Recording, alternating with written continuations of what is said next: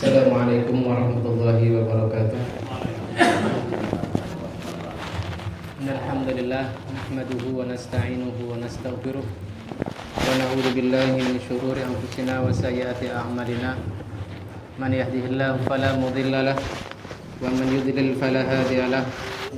Asyhadu an la ilaha illallah wahdahu la syarika lahu wa asyhadu anna Muhammadan 'abduhu wa rasuluh. Ya ayyuhalladzina amanu taqullaha haqqa tuqatih wa la tamutunna illa wa antum muslimun. Ya ayyuhan nasu taqu rabbakumul ladzi khalaqakum min nafsin wahidah wa khalaqa minha zawjaha wa bassa minhuma rijalan katsiran wa nisaa'a wattaqullaha alladzi tasaaluna bihi wal arham innallaha kana 'alaikum raqiba. Ya ayyuhalladzina amanu taqullaha wa qulu qawlan sadida yuslih lakum a'malakum wa yaghfir lakum dhunubakum wa may yuti'illaha wa rasulahu faqad faza fawzan 'azima. Amma ba'd, fa inna asdaqal hadithi kitabullah wa khairal huda huda Muhammadin sallallahu alaihi wasallam wa syarrul umuri muhdatsatuha fa inna kulla muhdatsatin bid'ah wa kulla bid'atin dhalalah wa kulla dhalalatin finnar. Jamaah Mushola Al-Hikmah rahimani wa rahimakumullah, Bapak Ibu sedaya yang semoga dikaruniai rahmat dari Allah Subhanahu wa taala. Alhamdulillah kita dapat berjumpa kembali dalam keadaan sehat walafiat, dan di antara nikmat yang tak terhitung, yang tidak ternilai dengan uang dan harta adalah nikmat Islam dan iman. Wa in ta'uddu ni'matallahi la tuhsuha. Seandainya kalian ingin menghitung nikmat-nikmat Allah, tentu nikmat tersebut tidak akan dapat ternilai saking banyaknya. Salawat dan salam semoga senantiasa tercurah atas Nabi kita Muhammad sallallahu alaihi wasallam, yang mana kita mengharapkan syafaat beliau kelak di yaumil qiyamah. Amin ya mujibas sa'ilin, yang mana tidak ada syafaat selain Allah Subhanahu wa taala mengaruniakan syafaatul umat tersebut kepada beliau. Setelah kita masuk dalam pembahasan dakwah sirriyah atau dakwah sembunyi-sembunyi Nabi sallallahu alaihi wasallam, pada malam hari ini kita akan membahas pembahasan ke-6, yaitu tentang sejarah Darul Arqam,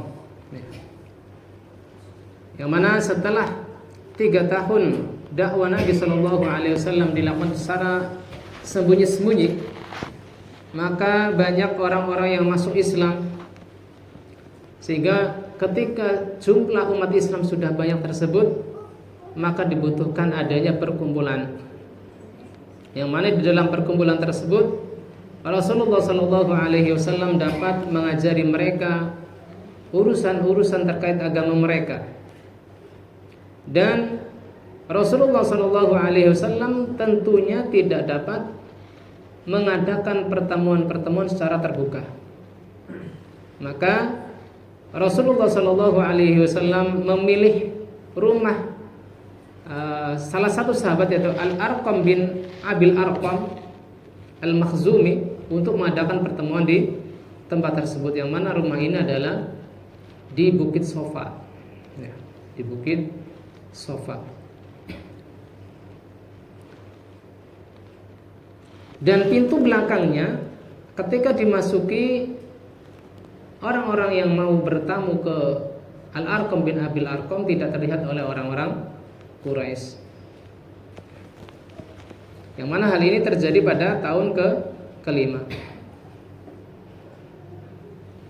Maka di sini ada beberapa faedah, ya, yang mana di dalam rumah tersebut diajarkan Al-Quran dan Sunnah, diadakan sholat jamaah di rumah Al-Arqam bin Abil Arqam. Maka faedah pertama dari sejarah ini, peristiwa ini, ahamiyatu sholatil jamaah fil masjid, yaitu tentang pentingnya salat berjamaah di masjid. Yang mana barangkali saat kondisi dakwah Nabi Shallallahu Alaihi Wasallam saat itu masih mencekam, masih banyak ditekan oleh orang-orang yang memusuhi Nabi Shallallahu Alaihi Wasallam, masih bisa memungkinkan sholat sendiri-sendiri di rumah. Ya. Tetapi dengan adanya sholat jamaah di rumah Al-Arqam bin Abil Arqam, di sini terdapat beberapa manfaat. Yang pertama adalah para sahabat Nabi saat itu bisa saling mempelajari tata cara sholat yang mana saat itu diajarkan oleh Nabi Shallallahu Alaihi Wasallam. Mempelajari tata cara sholat. Yang kedua adalah wayanmu bainahum as-sulukul hasan wal khulqul jamil wal khuluqul jamil. Akan tumbuh pada mereka budi pekerti yang agung dan akhlak yang mulia. Akan saling mencontoh. Apabila seseorang mengenal dakwah, saat itu hanya mengurung diri di rumah, tentunya ketika dia salah tidak ada yang menegur. Ketika temannya keliru, tidak ada yang menegurnya. Fabil imkani an yada'a Rasul sallallahu alaihi wasallam ashabahu kullan minhum yu'addi ibadatuhu bimufarridin atau bimunfaridin, yang mana tentunya padahal bisa memungkinkan Nabi sallallahu alaihi wasallam membiarkan para sahabat salat di rumah mereka masing-masing. Walakin hada la yuhaqqiqu qiyamal mujtama'al muslim al-mutarabit. Apabila dibiarkan salat di rumah masing-masing, maka tidak akan tegak masyarakat muslim yang saling mengikat, yang saling menguatkan. Wa mubadaratu Rasul sallallahu alaihi wasallam ila hada al-amru tadullu ala wujubi sholatil jamaah. Nah, bersegaranya Nabi sallallahu alaihi wasallam, inisiatifnya Nabi sallallahu alaihi wasallam agar mereka berkumpul. Walaupun tidak mungkin sholat di depan Ka'bah, tetapi sholat di rumah Al-Arqam bin Abil Arqam atau yang disebut Darul Arqam. Ini menunjukkan pentingnya sholat berjamaah bagi kaum muslimin, yang mana saat itu belum memungkinkan kaum muslimin membuat masjid sendiri di Mekah. Faedah kedua, ahamiyatu suhbati salihah fi hayatil muslim. Pentingnya memiliki sahabat yang soleh di dalam kehidupan seorang muslim. Apabila kita belajar justru menjauh dari teman-teman yang soleh, yang gak enakan ditegur, justru dekat dengan teman-teman yang permisif ya, tidak peduli apakah kita salah atau benar, yang penting mangan orang mangan, yang penting kumpul misalkan. Itu adalah tata cara pergaulan yang kadang-kadang kita salah atau benar tidak ada yang mengakuinya. Wal muslimu bihajatin ila suhbatin salihah tudzakiru idza nasiya wa tu'allimu idza jahula wa tunabbihu idza ghafala. Nah, ini pentingnya teman yang saleh mengingatkan bila lupa, mengajari bila tidak tahu, atau menegur bila lalai. Mengingatkan bila lupa, mengajarinya bila tidak tahu, dan mentanbih atau memperingatkan bila lalai. Bayangkan apabila kita hanya bersendirian di rumah, kita belajar ya belajar, tetapi enggan bergaul, maka tidak ada yang mengingatkan, tidak ada yang mengajari, dan tidak ada yang memperingatkan. Dan sungguh hal ini dimisalkan oleh Nabi SAW dalam sabda beliau, innama masalul jalisis salih wal jalisis su' kahamilil miski wa nafikhil kir. Permisalan teman duduk yang soleh dan teman duduk yang buruk itu semisal orang yang menjual parfum dan orang yang meniup bara api untuk membuat golok, membuat arit, itu randi besi. Fahamil miski imma an yuhdhiyaka. Orang yang menjual minyak wangi barangkali dia memberimu secuil minyak gratisan. Wa imma an tabta'a minhu. Kalau dia enggak memberimu minyak wangi, kadang-kala kita bisa membelinya dengan harga yang lebih murah. wa imma an tajida minhu rihan thayyibah. Tetapi bila dia enggak memberi kita parfum gratisan, kita juga enggak ada uang untuk membeli, minimal kita bisa mencium aromanya wangi. Wa nafikhul kir imma an yukhriqa thiyabaka wa imma an tajida minhu rihatan khabithah. Tetapi orang yang kita berdekat-dekatan dengan pandai besi, ya walaupun pandai besi profesi halal, tetapi ini hanya permisalan. Permisalan agar kita menggunakan logika kita, menggunakan kias kita, logika kita agar berjalan. Bahwasanya ketika kita berteman dengan pandai besi, baju kita terbakar oleh jeratan api atau kita akan mendapati aromanya yang kurang enak. Walidzalika harya bil aba'i wal murabbiin an yantabihu li julasa yabnaihim wa talamidhihim. Oleh karena itu sepatutnya orang tua dan para pendidik memperhatikan teman-teman bergaul anak-anaknya dan murid-muridnya. Kita masing-masing yang punya anak, yang punya cucu, diperhatikan. Apabila teman anak-anak kita, teman cucu-cucu kita justru mengajak kepada keburukan, maka kita cegah, maka kita ingatkan. Ini faedah kedua, yaitu pentingnya teman yang soleh dalam kehidupan. Yang ketiga, ahamiyatul at-tarabut wat tawasul bainal muslimin. Pentingnya keterikatan dan komunikasi antara kaum muslimin. Pentingnya at-tarabut yaitu keterikatan, wa tawasul yaitu komunikasi antar kaum muslimin.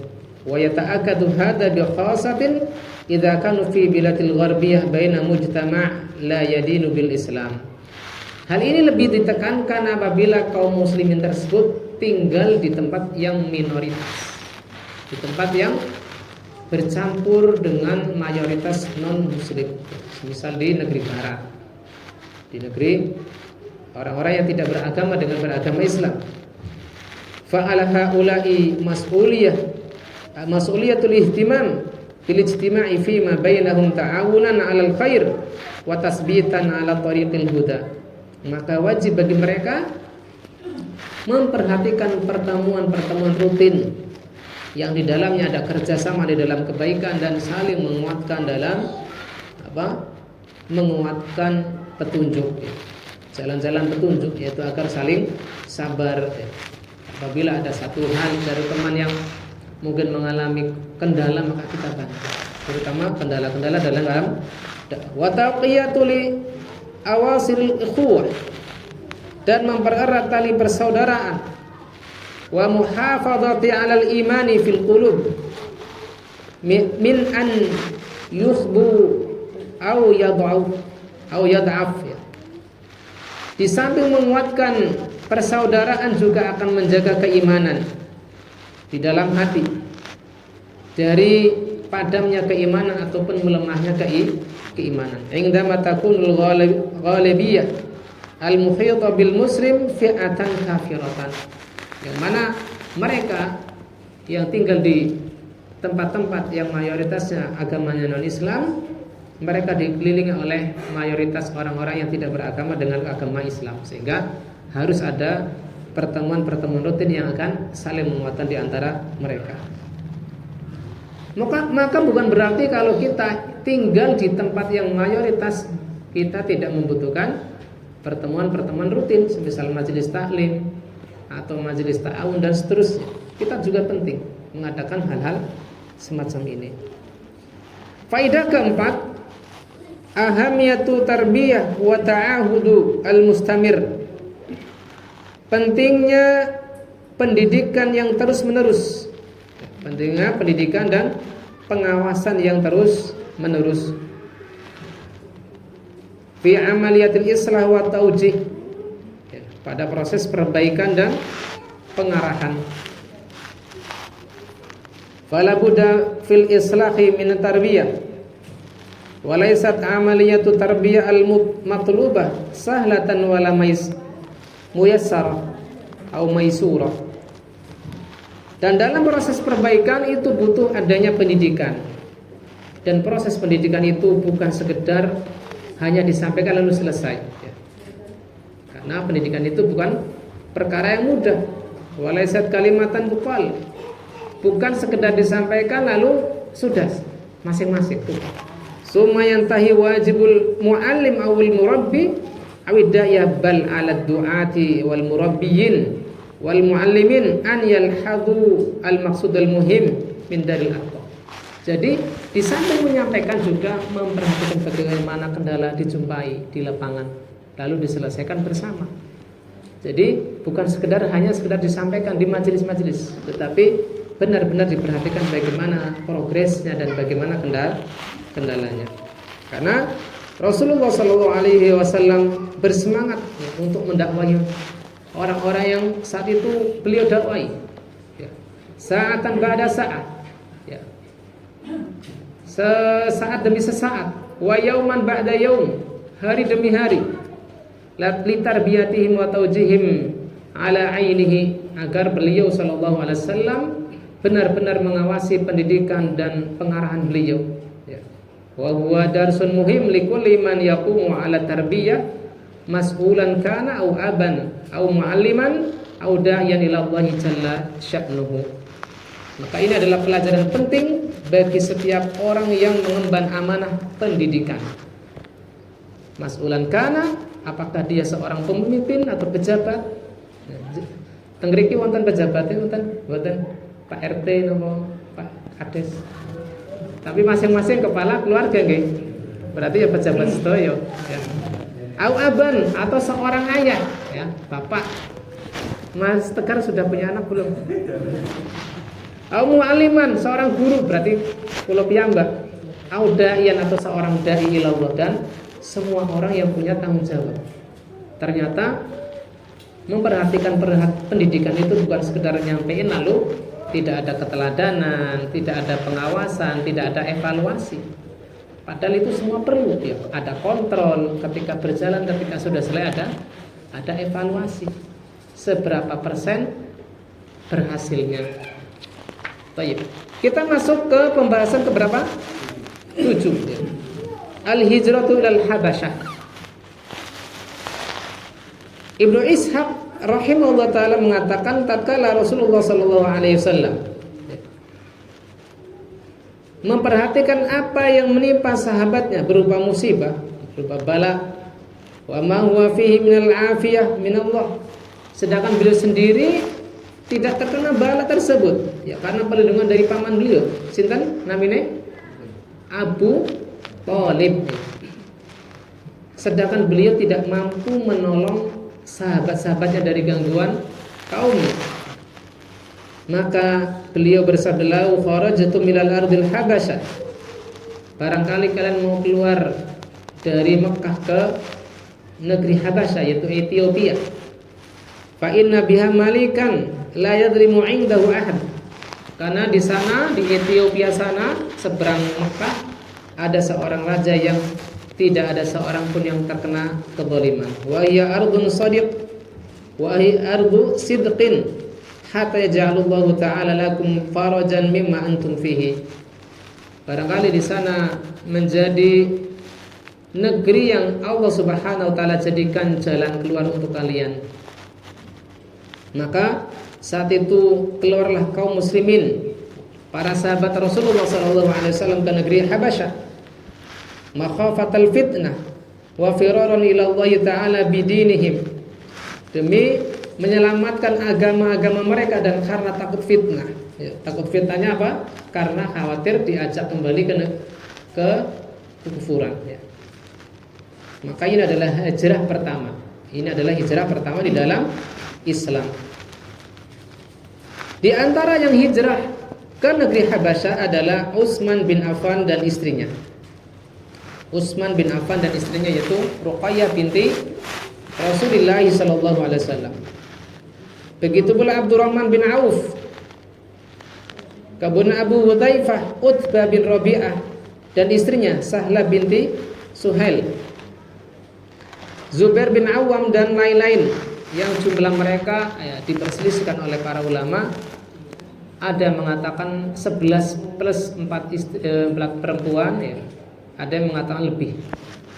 Jumlah mereka diperselisihkan ya.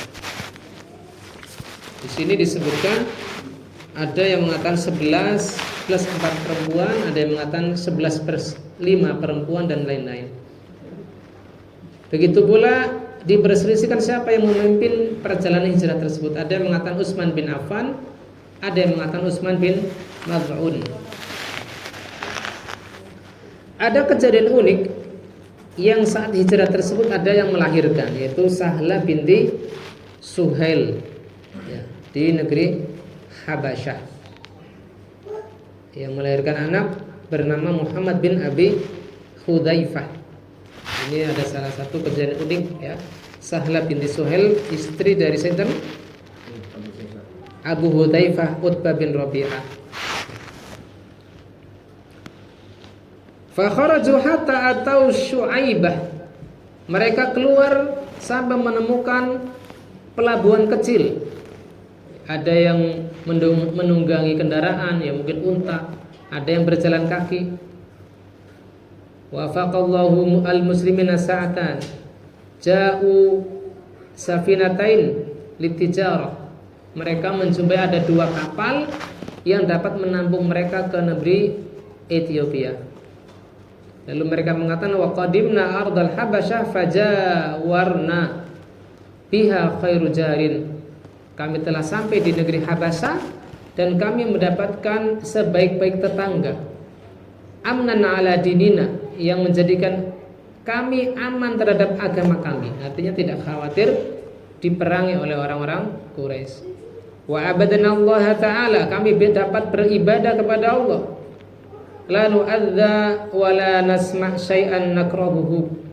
Kita tidak terganggu, tidak pula mendengar sesuatu yang kami tidak sukai ya. Tidak ada yang menghinanya. Berbeda ketika di Mekah. Dan ini pun terjadi pada tahun kelima ya. Jadi masih dalam tahun yang sama ketika terjadi peristiwa apa? Darul Arqam.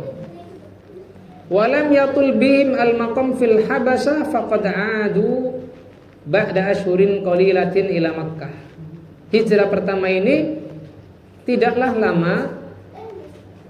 Mereka hanya tinggal kurang lebih beberapa bulan kembali ke Mekah. Tetapi kembalinya mereka ini ada kisah yang masyhur yang namanya kisah Ghoronik. Kisah Ghoronik ini ada yang menyatakan palsu, ada yang mengatakan ada asal usulnya. Apa sih kisah Ghoronik? Kisah Ghoronik adalah ketika Nabi SAW mendapatkan surat An-Najm, yang mana tatkala beliau alaihi salatu wassalam membaca afara'aytumul lata wal uzza wa manatas salisatal ukhra. Nah, dalam kisah tersebut disebutkan setan berhasil menyusupkan kalimat tilkal ghoronik al-ula. Itu adalah sesembahan-sesembahan yang mulia. Wa inna syafa'atuhunna la turtaja. Pertolongan mereka benar-benar diharapkan. Tetapi di sini dikatakan oleh para ulama di antara Syekh Al-Albani, kisah ini adalah kisah palsu karena mengurangi atau menafikan kesempurnaan sifat Nabi sallallahu alaihi wasallam dalam menerima wahyu. Tidak mungkin tersusupi oleh kalimat dari setan. Yang mana dalam kisah tersebut diceritakan bahwa seluruh orang-orang Mekah itu bersujud ya. Yang mana di akhir surat An-Najm ada sujud tilawah ya. Di sini disebutkan di buku satunya disebutkan kalau mereka itu semuanya bersujud sampai para jin. Sampai para jin ikut bersujud. Ya.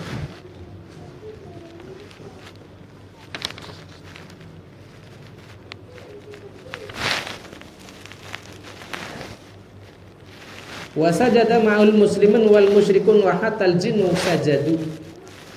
Bersama Nabi sallallahu alaihi wasallam sujud orang muslim dan musyrik.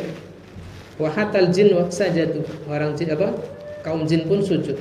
Wa ma baqiya ahadan minal qaum illa sajada. Tidak tersisa suatu kaum pun melainkan ikut sujud ketika mendengar akhir surat An-Najm tersebut.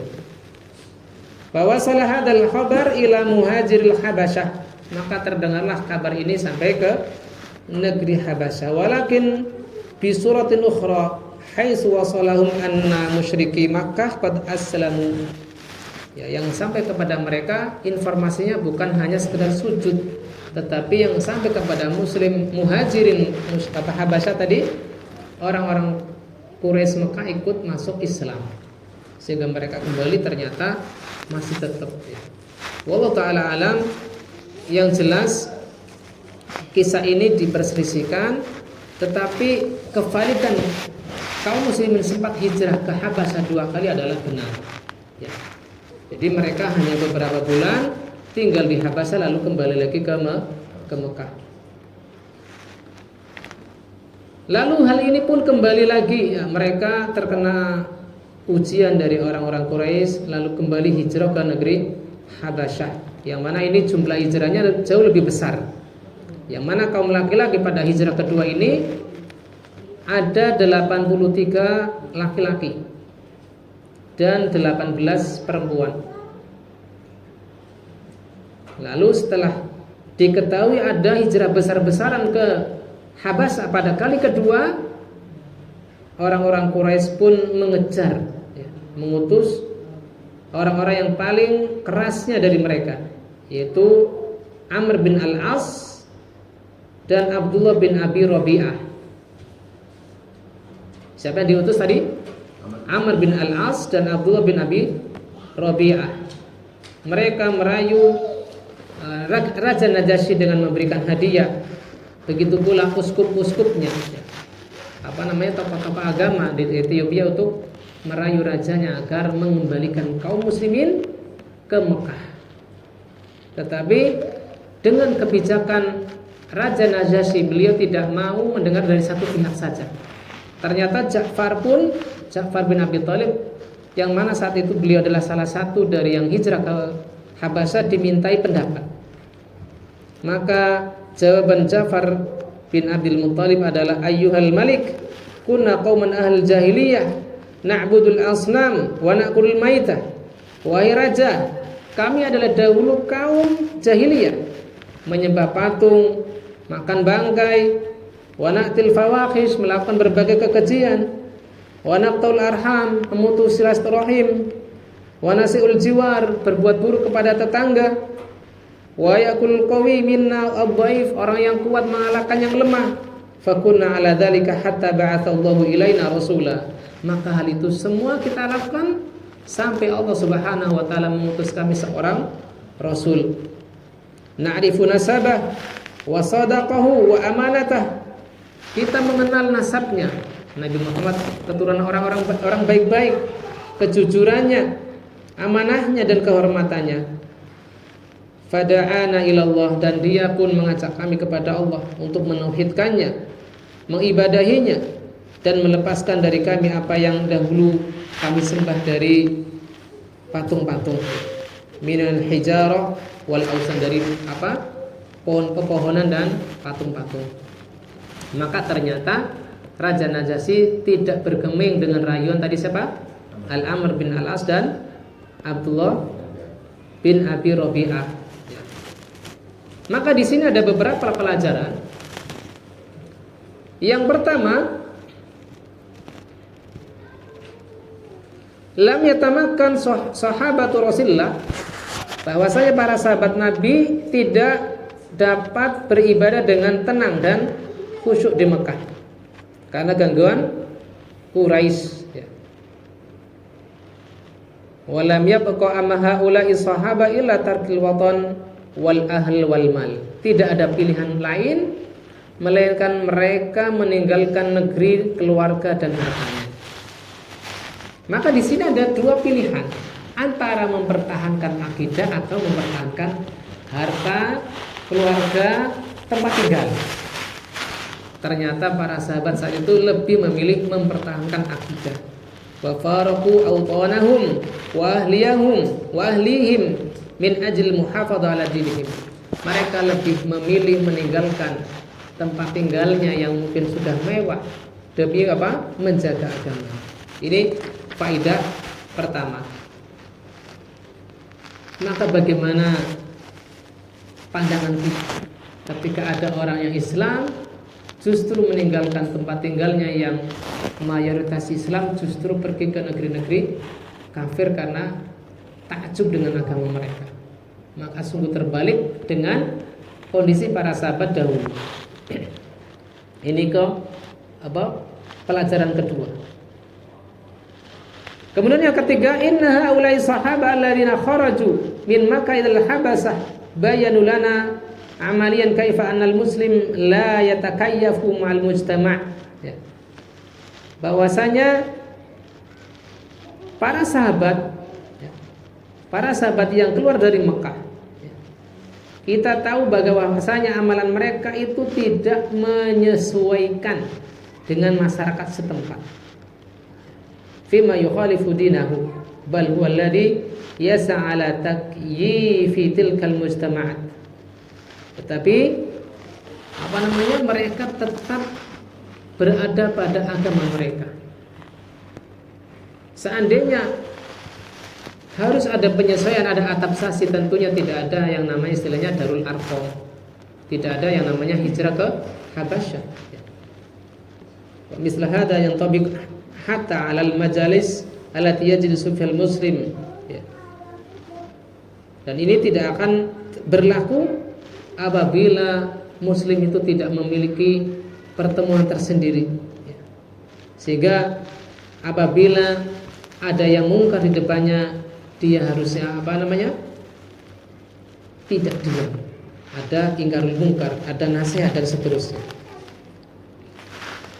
Kemudian yang keempat, di antara faidah dari kisah ini bahwasanya al-adawa bainal kuffari wal muslim laisat adawatu syahsiyah. Permusuhan antara orang-orang kafir dan muslim bukan sekedar permusuhan pribadi. Karena kalau misalkan permusuhan pribadi, tentunya ketika kaum muslimin keluar dari Mekah tidak dikejar. Ya,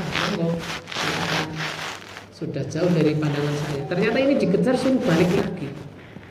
Karena apa? Karena permusuhannya adalah permusuhan agama.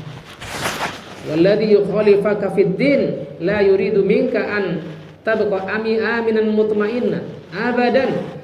Orang yang menisihimu dalam agama Islam tidak akan menjadikanmu aman, ya. Tidak akan membiarkan kata aman dimanapun kita berada, baik dalam satu daerah yang sama ataukah daerah yang lain. Kemudian ada satu hal menarik yang dijawab oleh Ja'far bin Abi Thalib tadi, bahwasanya kondisi kami adalah demikian dan demikian, ya, memutus silaturahim dan seterusnya. Pertanyaannya, apakah Ja'far bin Abi Thalib itu hanya menceritakan kondisi orang-orang jahiliyah pada saat itu juga, ataukah kondisi kita saat ini? Ternyata apa? Jawabannya adalah sama seperti kita saat ini.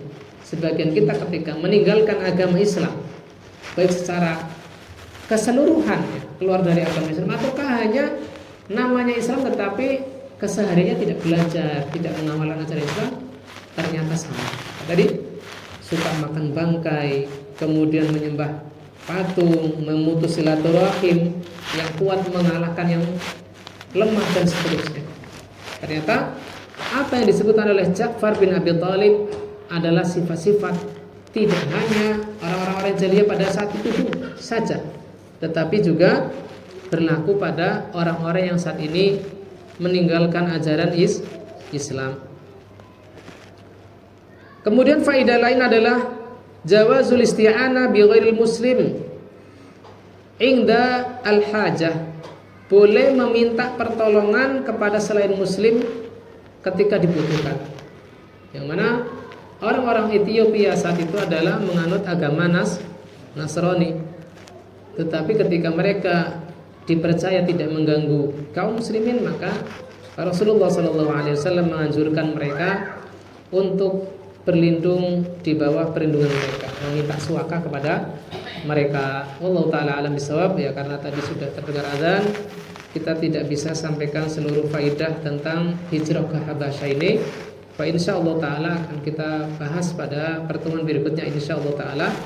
Kurang lebihnya mohon maaf, maka kita tutup majelis kita dengan doa kafaratul majlis. Subhanakallahumma wa bihamdik asyhadu an la ilaha illa anta astaghfiruka wa atubu ilaik. Billahi taufiq wal hidayah wal fu minkum. Wassalamualaikum warahmatullahi wabarakatuh.